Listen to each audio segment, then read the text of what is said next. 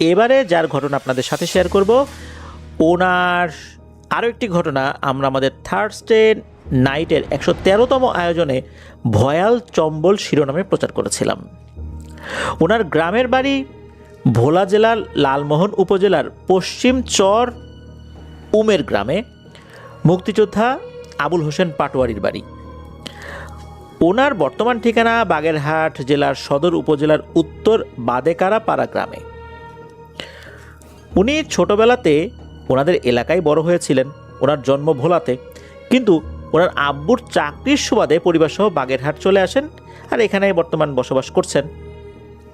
ওনার আগের যে ঘটনাটা, ভয়াল চম্বল শিরোনামের যে ঘটনাটা, যেটা আমাদের থার্সডে নাইটের 113তম আয়োজনে ছিল, সেখানে বর্ণনা করা হয়েছে ওনাদের যেই এলাকাটা আর কি, ওই এলাকার সামনের দিকে পুরনো রাজবাড়ি এটা রয়েছে। বর্তমানে এটাকে পুরাতন পুলিশ লাইন বলে। এই এলাকার আবার পেছনে বিস্তীর্ণ বাগান রয়েছে, যা মোল্লার বাগান নামে পরিচিত। আর এই যে পুরাতন পুলিশ লাইন আর মোল্লার বাগান, এই দুই জায়গার মাঝামাঝি একটা জায়গা রয়েছে, এই এলাকাতেই ওনাদের অবস্থান। তো ওই এলাকার ঘটনা দিয়েই প্রথমে শুরু করি, পরে ওনার নানা বাড়ির ঘটনায় আমরা যাব। উনি অনেকগুলো ঘটনা পাঠিয়েছেন, ছোট ছোট ঘটনা, আমরা ধারাবাহিকভাবে সেগুলো এখন উপস্থাপন করছি। তো ওনাদের ওই এলাকাটিতে যেহেতু রাজবাড়ি পেছনের দিকে ছিল, ওই আমলে ওখানে একটি শ্মশান ছিল। যদিও বা এই জিহান ভাইরা কখনো দেখেন নাই ওই শ্মশানে কোনো মৃতদেহ দাহ করতে, তবে স্থানীয় যারা প্রবীণ ব্যক্তি রয়েছেন তাদের কাছে ওই শ্মশানের বর্ণনা পাওয়া যায়। ওটা এখন ফাঁকা, অনেকটা ছোটোখাটো মাঠের মতো একটি আয়তাকার ফাঁকা জায়গা, তার চারপাশ গাছপালা দিয়ে ঘেরা। ওই মাঠে আবার এই জিহান ভাইরা ছোটোবেলায় খেলাধুলা করতেন। মাঠের পাশে একটি ছোট পুকুর আছে, পুকুরে ছোট একটি ঘাটও আছে। যতদূর ওনারা জানতে পেরেছেন, মৃতদেহ দাহ করার পর অবশিষ্ট যা থাকে তা ওই পুকুরে বিসর্জন দেওয়া হতো। পাশে অনেক পুরনো পরিত্যক্ত একটা ওয়াশরুমও রয়েছে, ওখানে একটি তুলা গাছও আছে। এই গাছ কেন্দ্রিকও কিছু ঘটনা আছে, তাতে আমরা পরে আসব। তো ওই জায়গায় এখন আর কেউ খেলাধুলা ওরভাবে করে না, জায়গাটা জঙ্গলের মতো হয়ে গেছে আর কি। এবার আসি প্রথম ঘটনায়। ঘটনাটি 2011 কি 12 সালের মধ্যে ঘটেছিল। ওই এলাকায় একজন মহিলা আছেন, তো ওনার আসল নাম কি বলা মুশকিল, তবে উনি মনার মা নামে পরিচিত ছিলেন আর কি। তো একদিন দুপুরবেলা, তখন গ্রীষ্মকাল, সাপ্লাইয়ের পানির তীব্র সংকট থাকায় উনি ওই মাঠের পাশের পুকুরে গিয়েছেন গোসল করতে। ওই পুকুরের যেখানে শ্মশানের অস্থি বিসর্জন দেওয়া হতো, বা ওই যেই জিনিসগুলো বেঁচে যেত, যেগুলো ফেলা হতো পানিতে, তো ওই জায়গার দিকে গিয়েছেন। তখন তো একদম গ্রীষ্মের ভর দুপুর, আশেপাশের লোকজন নেই বললেই চলে। উনি যথারীতি ঘাটে নেমে হাত পা ধোয়ার চেষ্টা করছেন, হাত পায়ে পানি দিচ্ছেন। উনি যতদূর মনে করতে পেরেছেন, মনে হলো যে পেছন থেকে ওনার চুলের মুঠি ধরে কেউ সজোরে টেনে পুকুরের পানির মধ্যে নামিয়ে নিয়ে গেল এবং ওনাকে চুবাতে লাগলো। উনি অনুভব করছেন কেউ চুলের মুঠি ধরে রেখেছে। উনি ছাড়ানোর চেষ্টা করছেন, কিন্তু মনে হচ্ছে যে ওই মনার মায়ের শক্তির কাছে ওই শক্তি আসলে কি বলবো, মনার মায়ের শক্তিই কিছু না। উনি কোনোভাবেই কোনো ধরনের প্রতিরোধ গড়ে তুলতে পারছেন না, অর্থাৎ ওই শক্তির কাছে মনার মায়ের শক্তি একদমই তুচ্ছ। উনি অনেক চেষ্টা করার পরও মনে হচ্ছে একদম ফলাফল শূন্য। ওনাকে তো এক নাগারে পানিতে চুবিয়েই যাচ্ছে। এরপর ওনার কিছু মনে নাই। ঘটনা ওই সময় যেটা হয়েছিল সেটা হলো, ভাগ্যক্রমে ওই রাস্তা দিয়ে দুপুরে একজন লোক, হয়তোবা উনি বাড়ির দিকে যাচ্ছিলেন, উনি শুনলেন পুকুরের পানির মধ্যে শব্দ হচ্ছে। উনি মনে করেছেন যে বড় কোনো মাছ হবে হয়তো, গ্রীষ্মের সময় তো পুকুরের পানি কমে যায়, তাই মনে হয় পানির মধ্যে নড়াচড়া করছে, শব্দ হচ্ছে। উনি দৌড় দিয়ে গেলেন যে ওখানে কি মাছ দেখা যায়। উনি গিয়ে দেখেন একজন মহিলা পা উপরে, মাথা পানির নিচে, মানে মাটির মধ্যে তার মাথাটা হয়তো বা ঢুকে গেছে, পা দুটো উনি নাড়াচ্ছেন আর তাতে শব্দ হচ্ছে, মানে হাঁটু থেকে পায়ের পাতা পর্যন্ত পানির উপরে, বাকি অংশ পানির নিচে। পুকুরের পানি ওই জায়গা মোটামুটি ঘোলাই হয়ে গেছে বলতে হবে, যেহেতু ধস্তাধস্তি হচ্ছে, ঘোলা হয়ে গেছে। একে তো গ্রীষ্মকাল, পুকুরের পানিও কম, খালি হাঁটু থেকে বাকিটুকু দেখা যাচ্ছে। অন্য সময় হলে পুরো বডিটাই পানির নিচে চলে যেত, কিছুই দেখা যেত না। পানি কম থাকার কারণে হয়তো বা দেখা যাচ্ছে।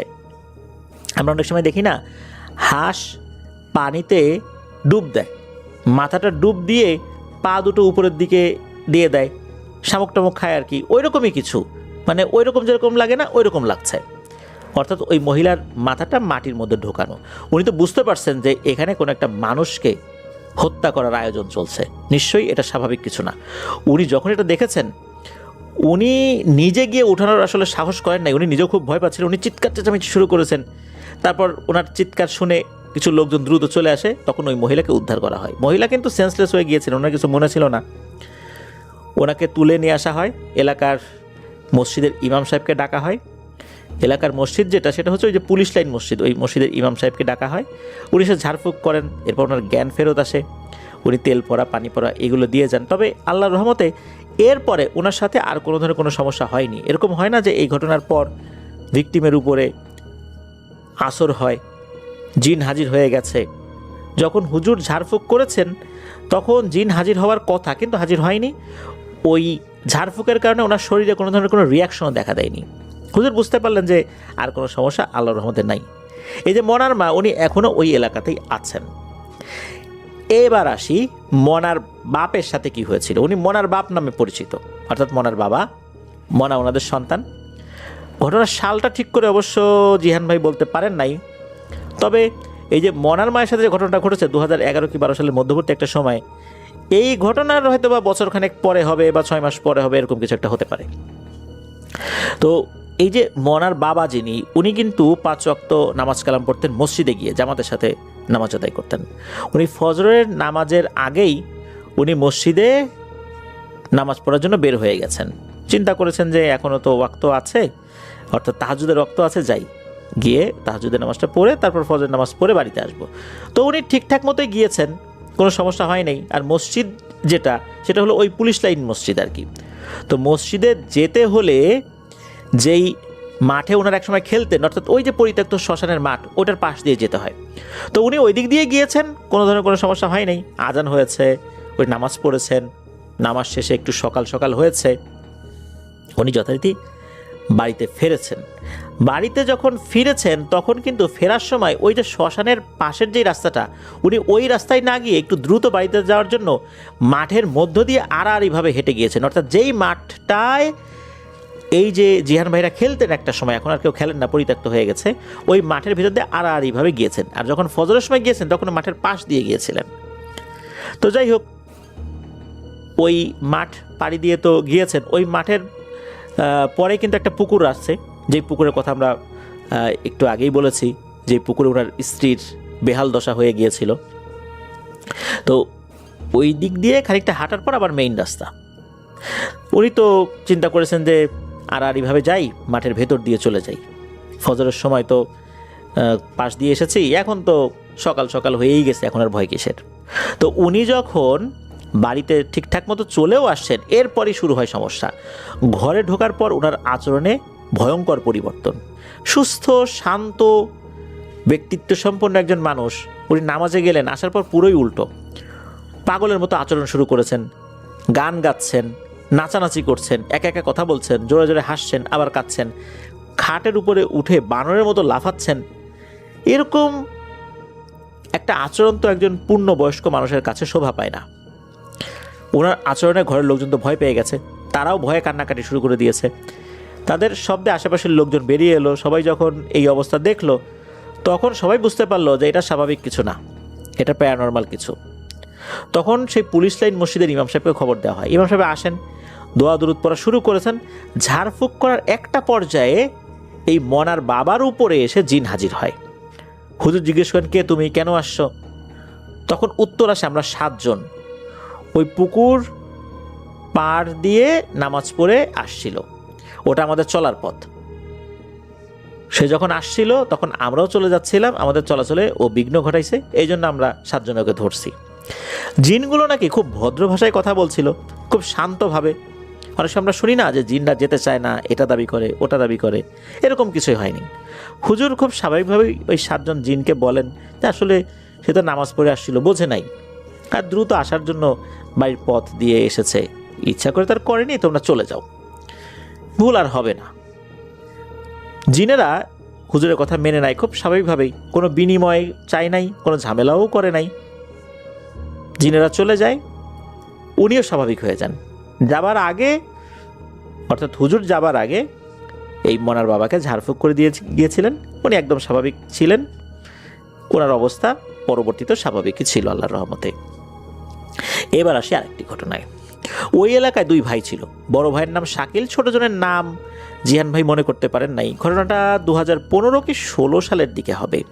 এই শাকিলের ছোট ভাই একদিন অনেক রাতে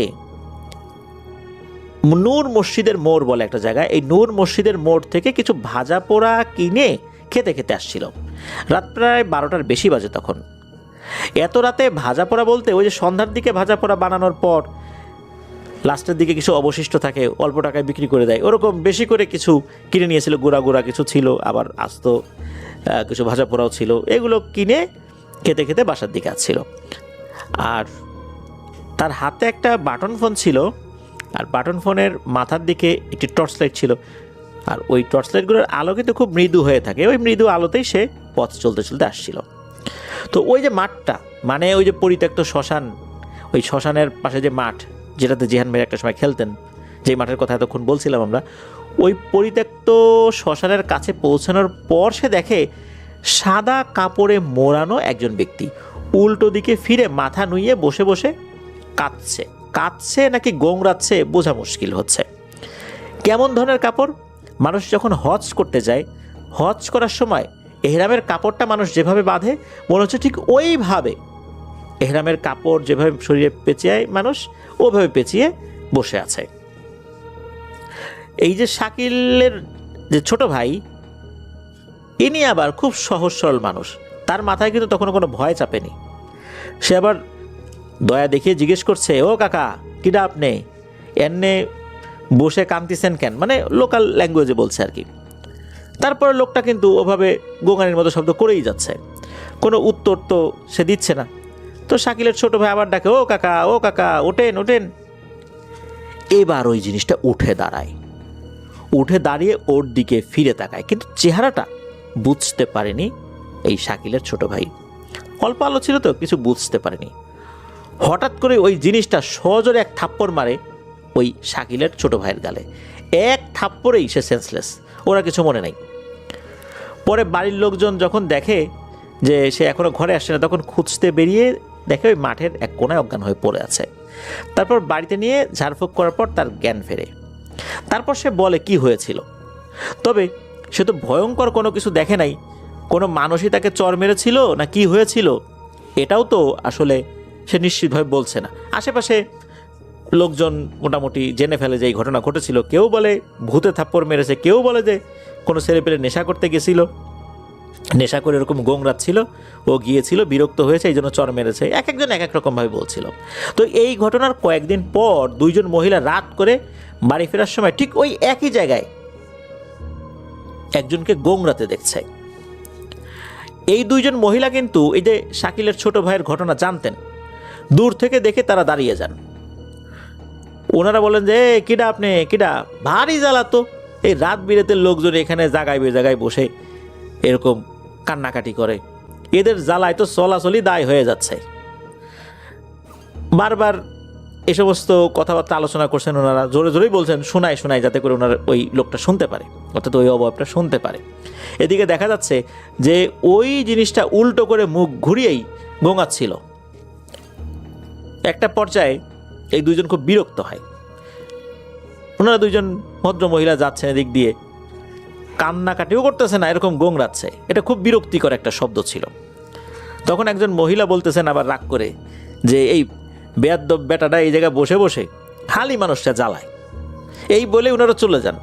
তারপর কিন্তু ওনাদের সাথে যে ভয়ের ঘটনা ঘটেছে, বিষয়টা কিন্তু এরকম না। ওনারা ওখান থেকে ওইভাবেই চলে আসেন। আসার পরে বলেন যে, ওই যে শাকিলের ছোট ভাইয়ের সাথে যে ঘটনাটা ঘটছে, ওই বেটা দেখি ওইখানে আবারও বসে আছে। এই পাগল ছাগল নাকি, নাকি মানুষের ভয় দেখে না, বিরক্ত করে। তখনও কিন্তু এই ঘটনার যে ভয়াবহতা, এটা কিন্তু মানুষ বুঝতে পারে নাই। এই ঘটনার কয়েক মাস পর এলাকার একজন মুরব্বী লোক, উনি রাত করে বাড়ি ফিরছিলেন সাইকেলে করে। ঠিক ওই সময় মাঠের কাছাকাছি যাওয়ার পর উনি দূর থেকে আবছা আলোতে দেখতে পান ওই মাঠের পাশে যে তুলা গাছ, যে তুলা গাছটার কথা একদম শুরুর দিকে বলেছি, সেই গাছ বেয়ে খুব বিশাল সাদা কিছু একটা উপরে উঠে যাচ্ছে।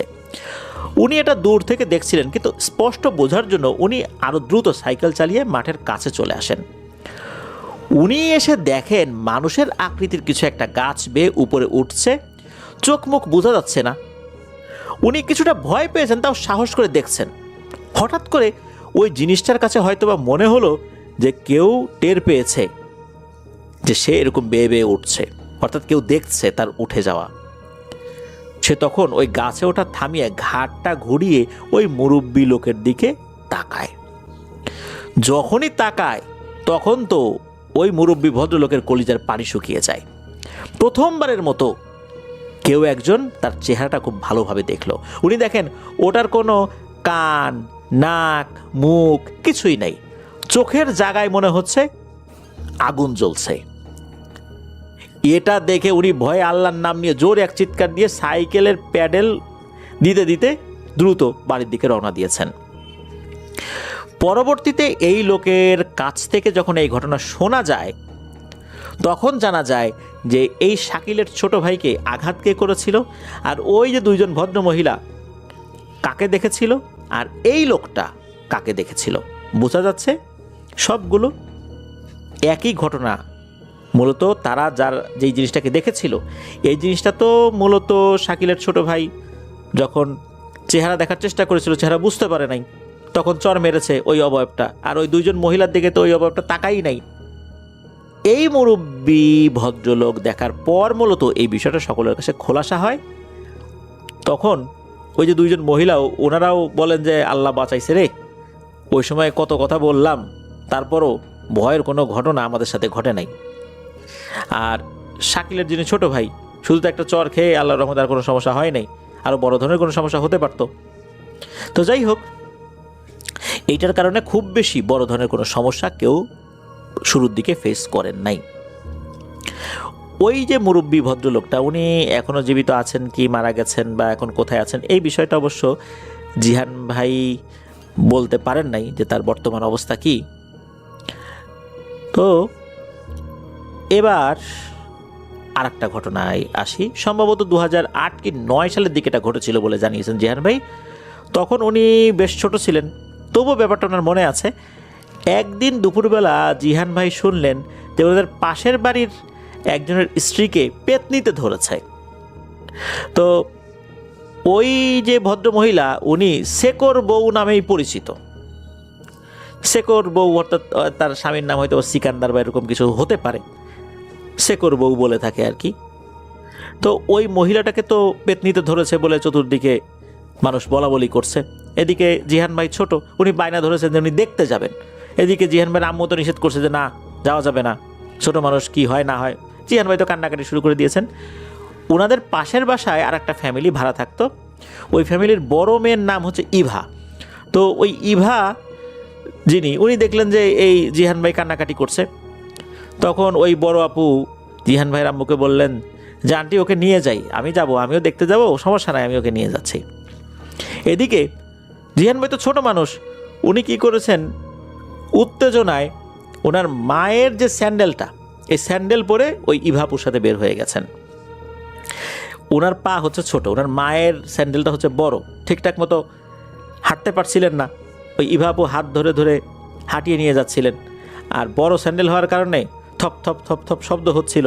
হাঁটতে অসুবিধা হলেও অল্প সময়ের মধ্যে ওই বাড়িতে পৌঁছে যান, কারণ প্রতিবেশী তো, সময় লাগে নাই যেতে। ওখানে চলে যাওয়ার পর দেখা গেল আরও অনেক লোক ওখানে জড়ো হয়েছে।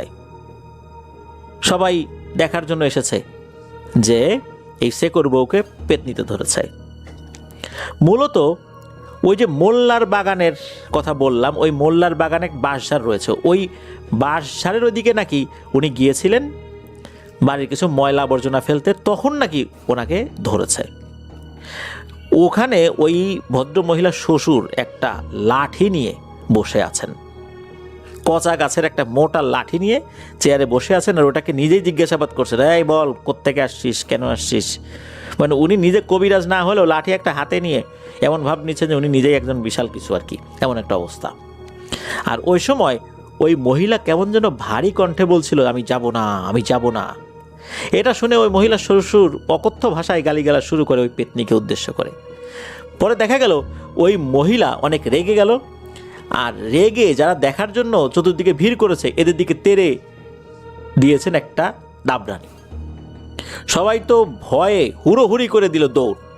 এই জিহান ভাইও দৌড় দিয়েছিলেন, আর ওনার পায়ে তো ওনার আম্মুর বড় স্যান্ডেল, উনি তো এটা নিয়ে দৌড়াতে পারেন নাই, উনি গেলেন পড়ে। ওইদিকে ইভাবও দিয়েছিলেন দৌড়। পরে দেখলেন যে এই জিহান ভাই উনি ছোট মানুষ, পড়ে গেছে কোথায়, আবার তাকে খোঁজাখুঁজি করে মাটির থেকে টেনে তুলে আবার একটা পাশে নিয়ে গেলেন। এরপর একজন কবিরাজ আসে, ওই কবিরাজ এসে উনি রিচুয়াল করেন। তো এরপরে জিনিসটা ঠিকঠাক হয়ে যায়, খুব বেশি সমস্যা হয় নাই। এরপরের ঘটনা অবশ্য জিহান ভাইয়ের মনেও নাই, তবে এতটুকু বলতে পারেন যে রিচুয়াল করার পর আল্লাহর রহমতে ওই মহিলা ঠিক হয়ে গিয়েছিল। এবার অতি সম্প্রতি ঘটা কিছু ঘটনার দিকে আমরা যাব। এই ঘটনার একটিতে এই জিহান ভাই নিজেই প্রত্যক্ষদর্শী ছিলেন। 2025 সালের জানুয়ারি মাসের ঘটনা। ওনারা 5 জন বন্ধু মিলে সিদ্ধান্ত নিলেন যে ওই রাত্রে ছোটোখাটো একটা মাংস ভাত খাওয়ার আয়োজন করবেন, অর্থাৎ বনভোজনের মতো আর কি। তো ওনারা মাঝে মাঝে এটা করতেন, হঠাৎ হঠাৎ যখন মন চাইতো তখন করতেন আর কি। তো যেই আয়োজনটা ওনারা করবেন সেটা ওনার এক বন্ধুর বাসায় করবেন। তো ওই বন্ধুর বাসা ওই যে পুলিশ লাইনের পেছনের এলাকায়। আর জিহান ভাই তো ছোটোবেলা থেকে ওই এলাকাতেই বড় হয়েছেন, ওনার বন্ধুবান্ধব অধিকাংশই সব এই এলাকারই আর কি। আর ওই এলাকায় এক যুগেরও বেশি সময় কাটিয়েছেন উনি। এই এলাকা সম্পর্কে তো উনি খুব ভালোই জানেন বলতে হবে। উনি চিন্তা করলেন যে এই এলাকায় তো হবে, সমস্যা কি, নিজেদের এলাকা, রাত হলেও কোনো সমস্যা নেই। যাই হোক, এখন যে বর্তমান ওনাদের বাসাটা, এই বাসাটা কিন্তু ওই যে ওই এলাকাটা থেকে কিছুটা দূরে। উনি বাইক নিয়ে আসছিলেন, এই এলাকাতে দীর্ঘদিন ছিলেন যার কারণে সব কিছু চেনা আর কি। চিন্তা করেছেন যে কাজ শেষে অর্থাৎ বনভোজন শেষে বাড়িতে চলে যাব বাইক নিয়ে। আর অন্য যে বন্ধুরা ছিল তাদের বাসা কিন্তু কাছাকাছি জায়গায়, পায়ে হেঁটেই চলে যাওয়া যায়। তো যেভাবে সেই কাজ বাজার করে আনা হলো, সব গুছিয়ে রান্না করে খাওয়া শেষ করতে করতে রাত 12টার বেশি বেজে গেছে। হাসি ঠাট্টা মজা গল্প স্বল্প অনেক কিছুই হলো। যথারীতি সব শেষ করে ওই বন্ধুর বাসা থেকে বিদায় নিয়ে বের হতে হতে মোটামুটি 12:30টার বেশি বেজে গিয়েছিল। একজন বন্ধু তো তার বাড়িতেই রয়ে গেল। এখন ওনারা আছেন 4জন, তো বাইকে ওঠাটা বেশ কষ্টকর। আর তাদের বাসা তো কাছাকাছি ছিল, ওরা আবার বাইকে উঠতে চাইল না। তখন জিহান ভাই কী করেছেন, ওনার বাইকটা এক গিয়ারে দিয়ে আস্তে আস্তে 3 জনের হাঁটার তালে তালে বাইক চালাচ্ছেন। ওনাদের মধ্যে একজনের হাতে আবার টর্চ লাইট ছিল। ওই বন্ধুর নাম হচ্ছে মারজান। যখন হাঁটতে হাঁটতে ওই পুরনো শ্মশান মানে ওই মাঠের কাছাকাছি সবাই চলে আসেন, তখন হঠাৎ মারজান টর্চ মারে ওই মাঠের দিকে একটা শিরীষ গাছ আছে, ওই শিরীষ গাছের দিকে। এটা মারতে ওনারা 4 জনেই লক্ষ্য করেন গাছের 2 ডালের মাঝামাঝি জায়গায় মনে হচ্ছে, অর্থাৎ 2টা মোটা কাণ্ড, 2 দিকে ওয়াই আকৃতি, ইংরেজি ওয়াই আকৃতির মতো হয়, 2 দিকে চলে যায়। ওই 2টো কাণ্ডের মাঝখানে সাদা বড় কিছু একটা বসে আছে, মানে মানুষের আকৃতি মনে হয়, উল্টো দিকে ফিরে ঘোমটা দিয়ে বসে আছে, এরকম কিছু একটা। আমরা শুধু, অর্থাৎ ওনারা ওটার শুধু পিঠ দেখতে পাচ্ছেন, আমরা ওটাকে হয়তো আমরা পিঠই বলবো, কারণ যেহেতু মাথা দেখা যাচ্ছে না। তো ওনারা সবাই এটা দেখেছেন, 4 জনই দেখেছেন। এর মধ্যে নাইম নামে ওনার এক বন্ধু বলে ওঠে, এরে এই সাদা ওইটা কি, বিড়াল নাকি? তখন জিহান ভাই বলেন, এই বেটা কি বলিস না বলিস, জীবনে এত বিড়াল দেখছিস কখনো? বিড়ালের তো লেজ থাকে, ওর লেজ কই? আর এত বড় বিড়াল তো আমি নিজেও কখনো দেখিনি। তখন জিহান ভাই বলেন যে তোরা 3 জন একসাথে থাক, দোয়া দুরুদ পর, আমি একটু দেখি তো জিনিসটা কি।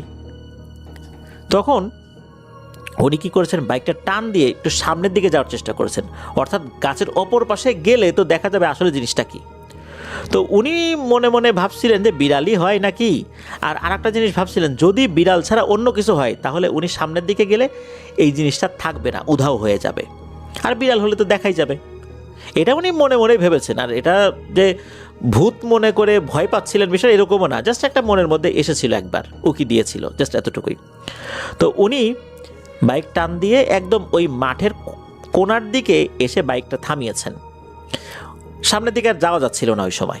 বাইকটা রেখে আয়াতুল কুরসি আস্তে আস্তে পড়ছেন আর হেঁটে হেঁটে ওই মাঠের ভেতর ঢুকছেন যে ওটা কী দেখার জন্য। উনি যখন গাছের কাছাকাছি এসেছেন তখন উনি দেখেন যে আরে এখান থেকে কিছুই না, একদম ফাঁকা।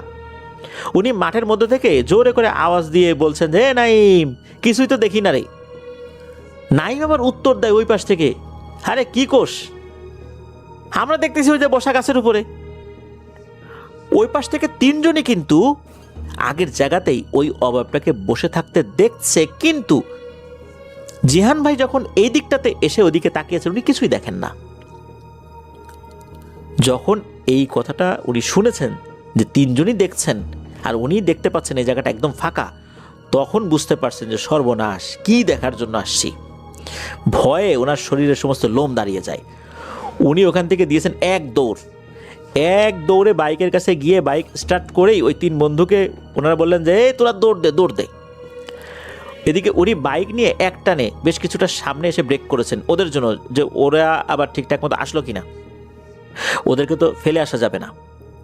তবে ওরা ঠিকঠাক মতো চলে আসে, আল্লাহর রহমতে কোনো সমস্যা হয়নি।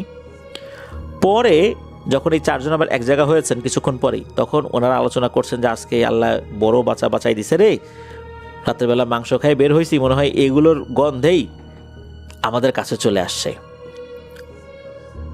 মাংস ভাজা পোড়া এগুলোর ঘ্রাণ নাকি এই পিশাচ শ্রেণীর জিনদেরকে আকৃষ্ট করে।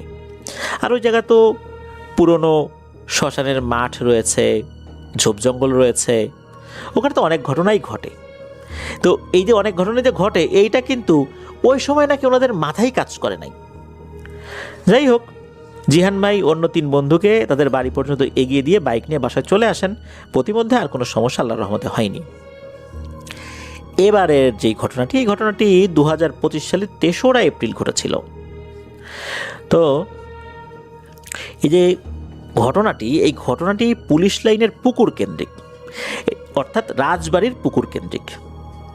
রাজবাড়িটাকেই তো পুরনো পুলিশ লাইন বলা হয় আর কি বর্তমানে। আর পুলিশ লাইনটাই আসলে পুরোটাই রাজবাড়ি, এটাই বলা চলে। একটা সময় ওখানে রাজবাড়ি ছিল হয়তোবা। তো পুকুরে ওই পুলিশ সদস্যরা ছাড়াও এলাকার সাধারণ যারা মানুষ তারাও গোসল করে। তো 2025 সালের এপ্রিল মাসের 3 তারিখে ওই এলাকার দুজন বাচ্চা, এদের বয়স 5-6 বছরের মতো হবে আর কি, একদম দুপুরবেলা ওই পুকুরে গিয়েছে গোসল করতে। ঘাট নাকি তখন একদমই ফাঁকা ছিল। এমনই সময় 2-1জন পুলিশ গোসল করে যে ঘাটে আর কি। তো ঘাটের পাশেই কিন্তু একটা টহল চৌকি আছে, ওখানে সবসময় একজন গার্ড থাকে। ওই সময় অবশ্য এই কোনো গার্ড ওনারা দেখেন নাই, ওই সময় একদমই ফাঁকা ছিল, কোনো লোকজন ছিল না। 2-1জন পুলিশ কিন্তু ঘাটের পাশেই নিয়মিত আর কি টহল দেয়। আর সময়টা ছিল ঈদের পর। অনেক পুলিশ সদস্য ঈদ করার জন্য তাদের আত্মীয় স্বজনদের কাছে চলে গিয়েছেন। পুলিশ লাইনও বেশ ফাঁকা, অধিকাংশ ঈদের ছুটিতে। তো ওই যে 2 বাচ্চা, এই 2 বাচ্চার মধ্যে একজন যথারীতি ঘাটে নেমে পানিতে পা দিয়ে বসেছে, আর একজন একটু উপরে। তো হঠাৎ করেই যেই বাচ্চাটা পানিতে পা দিয়েছিল পানির মধ্যে চলে যায়। কিভাবে যে চলে গেছে এটা আসলে জানা যায়নি, কারণ প্রত্যক্ষদর্শী বলতে শুধু একজনই ছিল, আর একটা বাচ্চা। সে ভালো করে বলতে পারে না, সে শুধু এতটুকু বলতে পারে মনে হলো যে কোনো কিছু টান দিয়ে ওরা নিয়ে গেছে। আর এই বাচ্চাটা কিন্তু সাঁতার পারত। তাহলে কিভাবে হঠাৎ করে সে পানির নিচে চলে গেল? ওই ছোট বাচ্চার ভাষ্যমতে ও ধপাস করে পানিতে পড়ে যায়, কোনো নড়াচড়াও করেনি। পড়ে যাওয়ার সাথে সাথেই নাকি সে তলিয়ে যায়।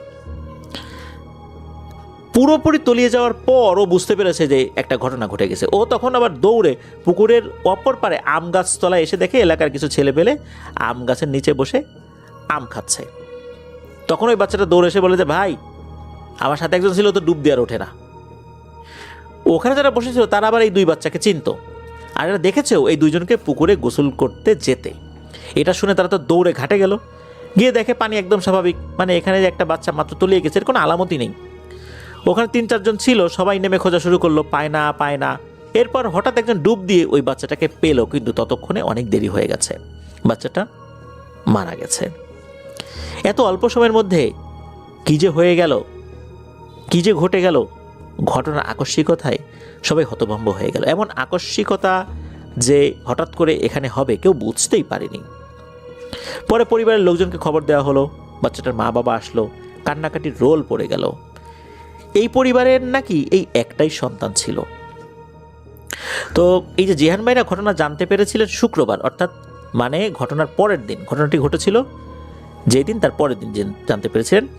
কারণ প্রতি শুক্রবার ওনারা ক্রিকেট খেলেন ওই পুলিশ লাইনের পেছনের আরেকটি যে মাঠ আছে সেখানে।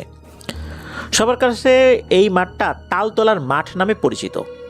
ওই মাঠের পাশেই ওই পুকুর যেখানে বাচ্চাটা ডুবে মারা যায়, আর ওই পুকুরের অপর পাশেই হলো আবার সেই পুরনো শ্মশান ঘাটের মাঠ, যেটা এখন পরিত্যক্ত মাঠ, আর কেউ ওখানে খেলে না, যেটার ঘটনাগুলো আমরা একটু আগেই শুনলাম। জিহান ভাইয়ের বন্ধুবান্ধবরা এটা শুনে খুবই কষ্ট পান, কারণ এই রমজানেও মসজিদে যে ইফতার দেয়া হতো, এই ইফতার করার জন্য ওই বাচ্চাটা প্রায় আসতো। এই জিহান ভাইরা খুব মজা করতেন, খুব সুন্দর ফুটফুট একটা বাচ্চা এভাবে মারা গেল। এভাবেই কয়েকটা দিন চলে যায়। 8 কি 9 এপ্রিল তারিখের এক রাতে ওই এলাকার এক বড় ভাই, তার নাম হচ্ছে আব্দুর রহমান, উনি অনেক রাতে নূর মসজিদের মোড় নামের ওই জায়গাটা থেকে বাড়িতে ফিরছিলেন। তার বাড়ি পুলিশ লাইনের পেছনে। তো তিনি যখন হেঁটে পুকুরের অপর প্রান্তে আসেন, মানে যেখান থেকে তাকালে পুকুরের ওই পাশের ঘাটলাটা দেখা যায়, ওই পজিশনে যখন এসেছেন তখন উনি লাইটের আলো একটা জিনিস খেয়াল করেন। পুলিশ লাইন তো পুকুর পারে, তাই একটা লাইট সারা রাতই জ্বলে। উনি খেয়াল করেন যে ওই যেই জায়গায় বাচ্চাটি ডুবে গিয়েছিল, ঠিক ওই জায়গায় সাদা কাপড়ে মোড়ানো একটা বাচ্চা সাঁতার কাটছে। ওই একটা নির্দিষ্ট জায়গাটুকুতেই একবার সামনে যায় সাঁতার কাটতে কাটতে, একবার পিছনে আসে, এছাড়া বাইরে কোথাও যায় না।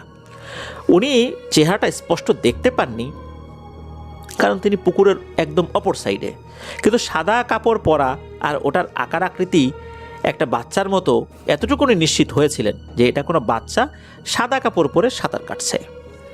এটা দেখে উনি কোনো কথা বলেননি, উনি আস্তে আস্তে হেঁটে হেঁটে বাড়িতে চলে আসেন। পরের দিন এই ঘটনা, এই জিহান ভাইয়ের এক বন্ধু আছে, বন্ধুর নাম হচ্ছে অন্তিম। এই অন্তিম ছেলেটার যিনি আম্মা, উনি কোনোভাবে জানতে পেরেছিলেন, হয়তোবা ওই ভদ্রলোক তার ওয়াইফের সাথে শেয়ার করেছেন, তার ওয়াইফের কাছ থেকে এই অন্তিমের আম্মু শুনেছেন। আর ওনারা তো ওই এলাকার পুরাতন বাসিন্দা, কোথায় কি হয় না হয় ওনাদের কাছে খবর চলে আসে। তো অন্তিমের আম্মু যখন এটা শুনেছেন, উনি এরকমটাই বলেছেন যে কোথাও যদি এরকম অপমৃত্যু হয় তাহলে নাকি 40 দিন পর্যন্ত ওই জায়গাটাতে অনেক প্যারানরমাল ঘটনা ঘটতে পারে। দুষ্টু জিনেরা অনেক কিছুই ঘটায়, মানুষকে ভয় দেখানোর জন্য আস্তে আস্তে এমনিতেই নাকি ঠিক হয়ে যায়। তো উনি এটাও বলেছিলেন যে পুকুরের ওই কোণার অংশটা নাকি ভালো না, অনেকেই নাকি ওখানে অনেক কিছু দেখে ভয় পেয়েছে, আর ওই জায়গাতেই ওই ছোট্ট বাচ্চাটা মারা গিয়েছিল। তো যাই হোক, এবার আসি এই জিহান ভাইয়ের নানুর বাড়ির ঘটনায়। ওনার নানুর বাড়ি ভোলা জেলার লালমোহন উপজেলার মহিষখালী গ্রামে। প্রথম ঘটনাটি ওনার নানুর বাড়ির মহিষের এক রাখালকে নিয়ে। ওনার নানার অনেক মহিষ ছিল, তো এগুলো দেখভাল করার জন্য একজন রাখাল নিয়োগ দেওয়া ছিল। সে ভোরে এসে ভাত খেয়ে সব মহিষ নিয়ে চরে চলে যেত, আবার সন্ধ্যার পরে সব মহিষ গোয়ালে রেখে, অর্থাৎ বাথানে রেখে ঘরে এসে রাতের ভাত খেয়ে তারপর বাড়িতে যেত। এই ছেলেটার নাম ছিল জহির। একদিন সে যথারীতি ভোরে এসে ভাত খেয়ে মহিষ নিয়ে চলে যায় চরে।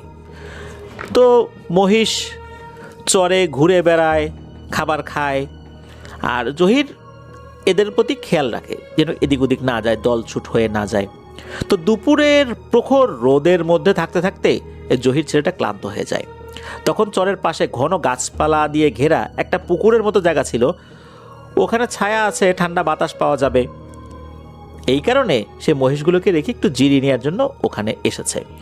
এসে পুকুর পাড়ে মাটির সাথে হেলান দিয়ে বিশ্রিতে নিতে তার চোখ লেগে আসে, ঘুমিয়েও পড়ে। হঠাৎ করে তার মনে হলো কোনো বাতাস তাকে উড়িয়ে নিয়ে ওই পুকুরের মধ্যে ফেললো এবং তাকে চুবাতে লাগলো কাদা পানির ভেতরে। সেও শক্তিশালী ছিল, সে ধস্তাধস্তি করছে। তো এমন ধস্তাধস্তি হচ্ছে, ওই চরে অনেকেরই ধানি জমি আছে। এরকম একজন লোক জমিতে কাজ করে হাত মুখ ধোয়ার জন্য পুকুর পাড়ে এসে দেখে এই জহিরকে অদৃশ্য কিছু পানির মধ্যে চুবাচ্ছে। এটা কিন্তু দিনের বেলা, দিনের বেলা ভর দুপুরে এই ঘটনা ঘটছে। এটা উনি দেখার সাথে সাথে ব্যাপারটা বুঝে ফেলেন। উনি চিৎকার দিয়ে বলেন, এই তোরা কই রে, জহিরে তো মাইরা ফেলাইল রে, তোরা তাড়াতাড়ি আয়। মাঠে তো আরও অনেক কৃষক যারা কাজ করছিলেন তাদের জমিতে, তারা সবাই তো জহিরকে চেনে, সবাই তো একই গ্রামের। দ্রুত তারা এসে এই অবস্থা দেখে তাৎক্ষণিক পানিতে নেমে জহিরকে উপরে উঠায়। জহিরের কানে, মানে মুখের মধ্যে, তারপর নাকের মধ্যেও কাদা ঢোকানো ছিল, একদম সেন্সলেস অবস্থা ছিল। তারা কোনো রকমে ধরাধরি করে জহিরকে এই জাহিন ভাইয়ের নানু বাড়িতে নিয়ে আসেন। সবাই দেখে এই অবস্থা। এরপর তার শরীরটাকে একটু পরিষ্কার পরিচ্ছন্ন করা হয়, মুখের ভিতর থেকে কাদামাটি বের করা হয়, ওঝাকে ডেকে নিয়ে আসা হয়। এই ধরনের সমস্যাগুলোতে ওঝাকেই সাধারণত গ্রামবাসী ডেকে থাকেন। ওঝা ঝাড়ফুঁক করার পর আল্লাহর রহমতে জহিরের জ্ঞান ফেরে। এরপর জহির অদ্ভুত সব আচরণ শুরু করে, সবাইকে গালিগালাজ করছে। তখন ওই ওঝা জিজ্ঞেস করছে, ওরে ধরলি কেন? তখন নাকি জহির বলে ওঠে, ও পুকুর পাড়ে আমার চলার রাস্তায় শুয়েছিল, তাই ওরে ধরছি। আর এই লোকগুলা যদি না আসতো ঠিক মতো সময়ে, তাহলে তো ওরে আজকে মারিয়ে ফেলাইতাম। ওর তো গলার ভিতরে অলরেডি আমি কাদা ঢুকাই ফেলছিলাম। ওঝা তখন বলে, ঠিক আছে, এখন যা। জহিরের ভেতরে থাকা সত্তাটা বলে ওঠে, আমি যাব না। তখন ওঝা কি করেছে, কচা গাছের লাঠি দিয়ে মাটিতে বাড়ি দিতে থাকে। ওঝা মাটিতে বাড়ি দিচ্ছে আর জহির ব্যথায় ছটফট করছে। মনে হচ্ছে মাটিতে বাড়ি দিলে ওই আঘাত অদৃশ্যভাবে আরও বহুগুণ শক্তিশালী হয়ে জহিরের শরীরে ভর করা জিনের গায়ে লাগছে। এক পর্যায়ে জহির বলে ওঠে, আর মারিস না, আমি যাব, কিন্তু আমার একটা জিনিস লাগবে। তখন ওঝা বলে, কি নিবি? তখন নাকি ওই জিনটা বলে, তেমন কিছু নেব না, আমি একটা জুতা নেব। তখন কিন্তু অনেক লোক ভিড় করেছিল জহিরকে দেখতে, সবাই জুতা খুলে ঢুকেছিল ঘরের মধ্যে। তখন ওঝা বলে, ঠিক আছে, ওই দেখ অনেক জুতা আছে, ওখান থেকে তোর যেটা পছন্দ ওইটা নিয়ে তাড়াতাড়ি এখান থেকে বিদায় হ। তখন নাকি জহির লাফ দিয়ে উঠে দেয় এক দৌড়, দরজার সামনে নেমে দাঁতটি জুতা কামড়ে ধরে দৌড় দেয় বাইরের দিকে। তবে 6 থেকে 7 কদম দৌড় দেবার পর জহির ধপাস করে পড়ে সেন্সলেস হয়ে যায়। তখন ওঝা বলে যে ও চলে গেছে, এবার ওরা ধরে আনেন, আল্লাহর রহমতে এখন আর কোনো ভয় নেই। এরপর ঘরে এনে ওঝা তেল পড়া, পানি পড়া এগুলো দিয়ে ওনার জ্ঞান ফেরান। তারপর সব কিছু স্বাভাবিক হয়ে যায়, আল্লাহর রহমতে, আলহামদুলিল্লাহ। আর এই জিনটা কেন একটা জুতা চাইলো, এটা আসলে কেউই বুঝতে পারলো না। অনেক কিছু চায়, গরু চায়, ছাগল চায়, মুরগি চায়, কিন্তু জুতা কেন চাইলো এটা আসলে বোধগম্য হলো না। আরেকটি ঘটনা জিহান ভাইয়ের নানার ফুফাতো ভাইয়ের বাড়ি তৈরি নিয়ে ঘটেছে। আর এই ঘটনাটি এই জিহান ভাই ওনার আম্মুর মুখ থেকে শুনেছেন। ওনার আম্মু এটার প্রত্যক্ষদর্শী। তো ওনার নানার যে ফুফাতো ভাই, তারা তার নানার বাড়ির যে জমিটা, এটা পেয়েছিলেন উত্তরাধিকার সূত্রে কিছুটা। তো তার ইচ্ছা ছিল যে ওই জমিতে ঘর উঠিয়ে তারা বসবাস করবেন। জমিটা ছিল খাল পাড়ে, একদম একটা ঝোপঝাড়পূর্ণ জায়গায়। মানে গ্রামের জমি তো, আগেকার কালে তো এরকম অনেক জমাই ছিল, ঝোপঝাড় হয়ে পড়েছিল, মানুষজনও কম ছিল। আর ভাগ বাটোয়ারা হওয়ার পর তো এরকম জমি অনেকের ভাগে পড়েই যায়। তো ওই জায়গাটা যেই বন জঙ্গলের মতো হয়েছিল, এটা পরিষ্কার করা শুরু হলো, পরিষ্কারও হলো। পরিষ্কারের সময় কোনো ধরনের কোনো ঘটনা ঘটলো না। তো বাড়ির ভিটা বাঁধানো হলো, খাল থেকে মাটি এনে। এরপর বাড়ি তৈরির যেই মিস্ত্রিরা রয়েছে তাদেরকে ডাকা হলো। আগে তো ইট বালির বাড়ি এভাবে হতো না, বাড়ি হতো কাঠ আর টিনের। তো বাড়ি তৈরির কারিগররা যথারীতি কাজ শুরু করলেন। তখন তাদের সাথে একটা সমস্যা শুরু হলো। এখান থেকে মূলত সমস্যাটা সূত্রপাত হলো। বাড়ি তৈরির সরঞ্জাম মানে হাতুড়ি, বাটাল, করাত, পেরেক, আরও বেশ কিছু জিনিস প্রতিনিয়ত হারিয়ে যেতে লাগলো, তাও আবার দিনে দুপুরে। কাজ করে এই নাই, তারপর দিন আবার নতুন হাতুড়ি করাত কিনে আনে তারা, কিন্তু আবার সেই সমস্যা, হারিয়ে যাচ্ছে সামনে থেকেই। এমন না যে তারা রেখে চলে যাচ্ছে, পরে সে দেখছে নাই, তাদের সামনে থেকেই এগুলো গায়েব হয়ে যাচ্ছে। এটাকে তারা নর্মাল সমস্যা ভেবে এড়িয়ে গেল, কারণ নতুন ঘর তৈরি করার সময় নাকি এরকম টুকটাক সমস্যা হয়, এটা তারা বিভিন্ন সময় শুনেছে তাদের যারা ওস্তাদ ছিল তাদের মুখে। তো ধীরে ধীরে ঘর তৈরি হলো। নতুন ঘরে ওই জায়গার মালিকরা উঠলেন। তো তারা দোয়া অনুষ্ঠান করলেন, মানুষদেরকে খাওয়ালেন, বাড়িতে উঠলেন। তারপর শুরু হয় আর এক সমস্যা। রাত একটু গভীর হলেই ওই ঘরের মধ্যে নাকি কেউ ঘুমাতে পারে না। আর হঠাৎ করেই মাটির বড় বড় ঢিল এসে ওই টিনের উপর পড়তে থাকে। ছোটোখাটো ঢিল না, অনেক বড় বড় ঢিল। তো টিনের উপর যদি ওরকম একটা ঢিল পড়ে তাহলে বিকট শব্দ হয়, মানে বোমা ফাটার মতো একটা শব্দ হয়। এইভাবে চলতে লাগলো প্রতিদিন। হুজুর কবিরাজ কত কিছু যে আনলেন, তারা কিছুতেই কাজ হয় না। তখন তারা সন্দেহ করলেন যে এটা কোনো জিনের কাজ না, এটা তার আর এক ভাইয়ের কাজ। কারণ এই যে যেই জমিটাতে উনি উঠেছেন ওই জমিটার উপর নাকি তার ভাইয়ের নজর ছিল। তাই উনি চিন্তা করলেন যে হয়তোবা শত্রুতা করে তার ভাই এই কাজ করছে। মনে মনে সন্দেহ করলেও কিন্তু প্রকাশ করতে পারছেন না, কারণ প্রমাণ তো নাই, প্রমাণ ছাড়া কিভাবে ধরবেন। কিন্তু যত কিছুই ভাবেন এই মাটির ঢিল ছোড়া কিন্তু কিছুতেই বন্ধ হয় না, কোনোদিন কম কোনোদিন বেশি, কিন্তু নিত্যদিন এটা চলছেই। এই বিষয়টার সাথে তারা অনেকটাই মানিয়ে নিয়েছিলেন। এটার পর শুরু হয় আর এক তাণ্ডব। ঘরের ভেতরে যে জিনিসপত্র রয়েছে, বিশেষ করে খাবার দাবার, এই সবগুলো ফেলে দিতে শুরু করলো। ভাত তরকারি রান্না করার পর ঘরের লোকজন যখন গোসল করতে যেত বা আশেপাশে যেত, এসে দেখে ভাত তরকারি সারা ঘর ছড়িয়ে ছিটিয়ে তছনছ করে ফেলে গিয়েছে কে বা কারা। আর ঘরে যে এগুলো হচ্ছে তা বাইরে থেকে শোনা যেত, দৌড়ে ঘরে গেলে দেখা যেত কিছুই নেই, কিন্তু জিনিসপত্র তছনছ করা। এই ঘটনা ঘটতে লাগলো প্রতিদিনই। তখন ওই নানার যে ফুফাতো ভাই, তিনি ভাবলেন যে এগুলো যদি তার ভাই করতো তাহলে টিনের উপরে মাটির ঢিল মারা পর্যন্তই ঠিক ছিল। ঘরের মধ্যে ভাত তরকারি তছনছ করবে, এটা তো তার ভাই করবে না, এটা তো তার করার কথা না। আর ঘরে যদি কেউ ঢুকে থাকে তা তো দেখবেই। তাছাড়া কুকুর বিড়াল যে করবে, কিভাবে করবে? কারণ যে ভাত তরকারি রান্না করার পর এই শিকার উপর তুলে রাখা হয়, শিকা বলতে আগেকার কালে খড় বা দড়ি দিয়ে এক ধরনের জিনিস তৈরি করা হতো, ওগুলোর মধ্যে কিছু জিনিস ঝুলিয়ে রাখা হতো, যেটা এখনও আমরা শহর এলাকায় শোপিস হিসাবে ঘরের মধ্যে ঝুলিয়ে রাখি। গ্রামে কিন্তু এখন এটার ব্যবহার রয়েছে। তো এইভাবে রেখে দেয়া হলে কুকুর বিড়াল কিন্তু এগুলো টাচ করতে পারতো না। তাহলে কুকুর বিড়ালের তো নষ্ট করার সুযোগ নাই। আর বিড়ালও যদি নষ্ট করেও থাকে তাহলে কি এরকম সারা ঘরে ছড়াবে নাকি? তখন তারা ভাবলো যে এটা তো ভাইয়ের কাজ না, হুজুর কবিরাজ ডাকতে হবে। ভালো, হুজুর কবিরাজও তো ওনারা খুঁজেও পাচ্ছিলেন না।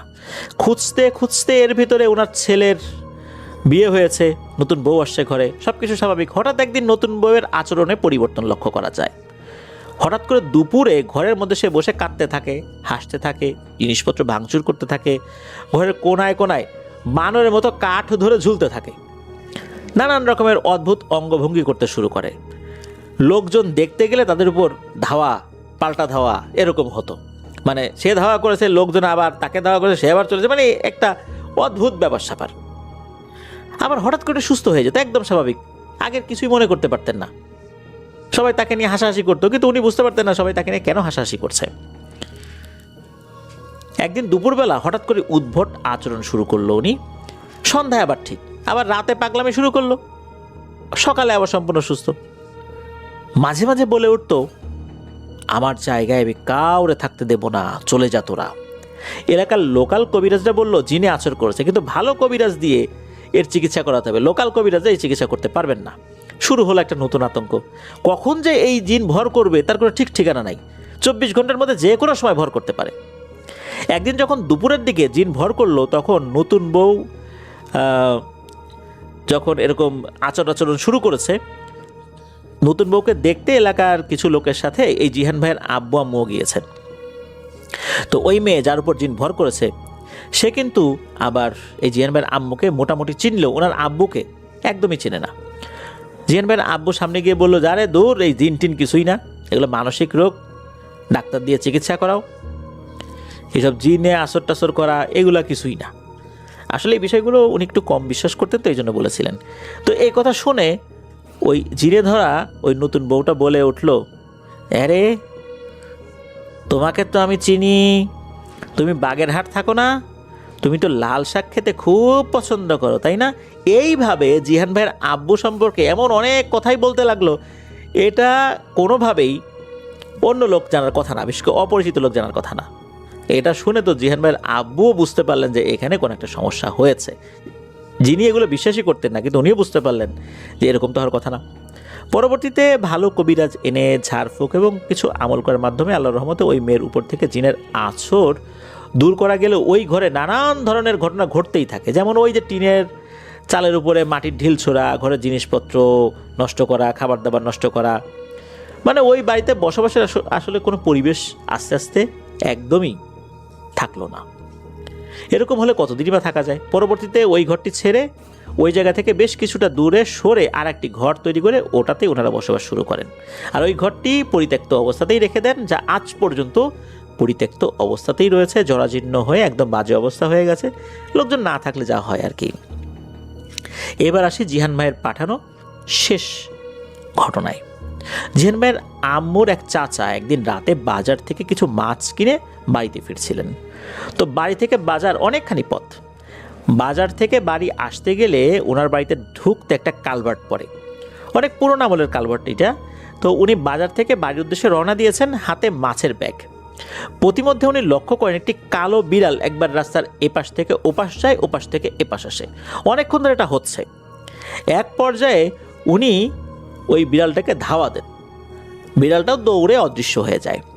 তো উনি যখন বাড়ির কাছাকাছি চলে এলেন এবং ওই কালভার্টের উপরে উঠেছেন, হঠাৎ করে উনি দেখলেন ওই কালভার্টের যেই রেলিং রয়েছে, দুই পাশে যে রেলিং থাকে, সেই রেলিংয়ের উপরে সাদা শাড়ি পরা দুইটা নারী অবয়ব, রেলিংয়ের দুই দিকে দুই পা দিয়ে বসা। একটি অবয়ব অন্য অবয়বটির চুল বেছে দিচ্ছে, মানে মহিলারা যেমন একজন আর একজনের চুল বেছে দেয়, মাথার উকুন বেছে দেয়, ঠিক ওই রকম। আর যার চুল বেছে দিচ্ছে আর যে বেছে দিচ্ছে, এই দুইজনেরই চুল এত বিশাল লম্বা, মনে হচ্ছে কালভার্ট থেকে সোজা খালের পানি স্পর্শ করছে। এদের হাতগুলো এত শুকনো লিকলিকে যে এরকম চিকন হাত সচরাচর দেখা যায় না, মনে হচ্ছে হাড়ের উপরে শুধু মাংসটা লাগানো। আর আঙ্গুলগুলো বেশ লম্বা লম্বা। এটা দেখে তো উনি ভয় পেয়েছেন। তবে উনি যেটা করেন সেটা হলো এই কালভার্টের এক পাশ দিয়ে দোয়া পড়তে পড়তে পড়তে পড়তে কালভার্টটা পার করে বাড়ির দিকে চলে যান। জাস্ট এ পর্যন্তই। ওই অবয়ব দুটোর সাথে তার কোনো কথাও হয় নাই, ওই অবয়ব দুটো তার পিছু নিয়ে বাড়ি পর্যন্ত আর আসে নাই। তো এই পর্যন্তই ছিল ঘটনা। ধন্যবাদ জানাচ্ছি মোহাম্মদ ফাহিম রেহমান জিহান ভাইকে।